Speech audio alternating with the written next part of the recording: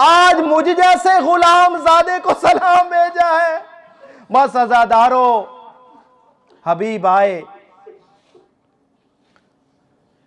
اب یہاں پر ایک روایت ملتی ہے کہ امام مظلوم کربلا نے 12 علم تیار جو کیے تھے میمنہ، میسرہ اور کلب لشکر کے لیے، اس میں ایک علم باقی تھا، وہ فقط انتظار تھی جناب حبیب ابن مظاہر کی۔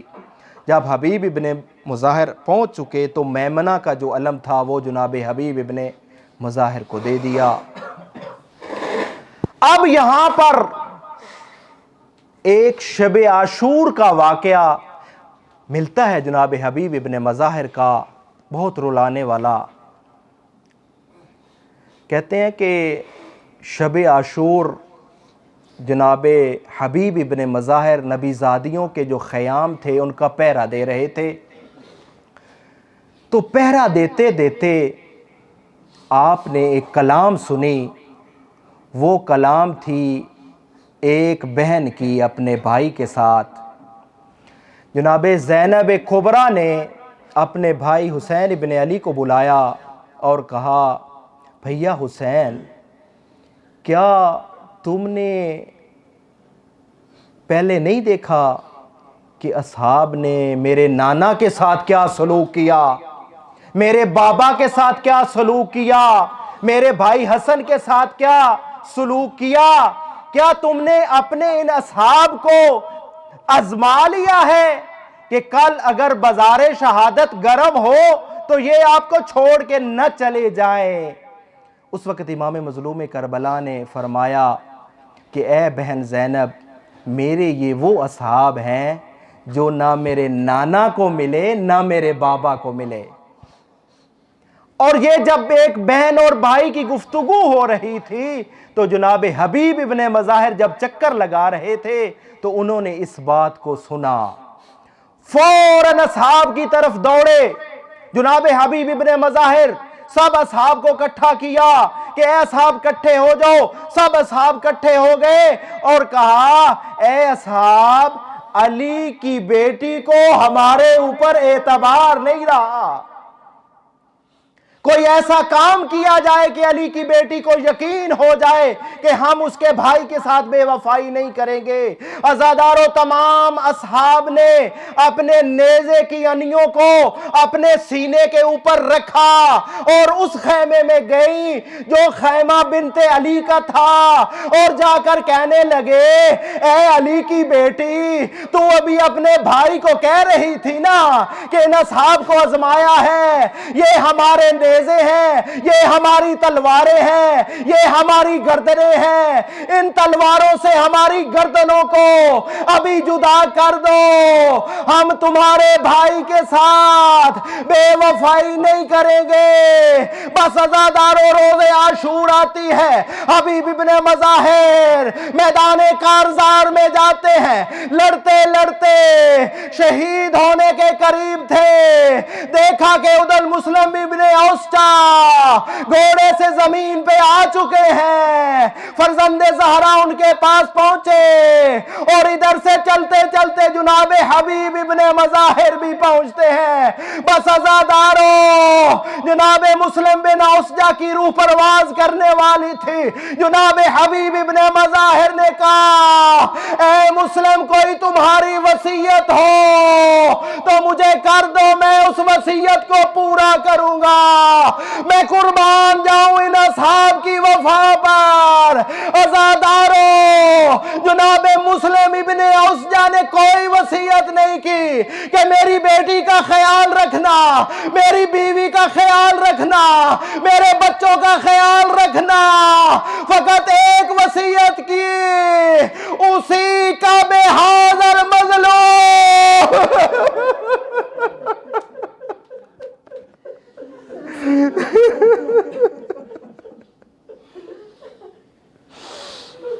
اللہ لعنت اللہ علی القوم الظالمین، انا للہ و انا الیہ راجعون۔ ماتم حسین۔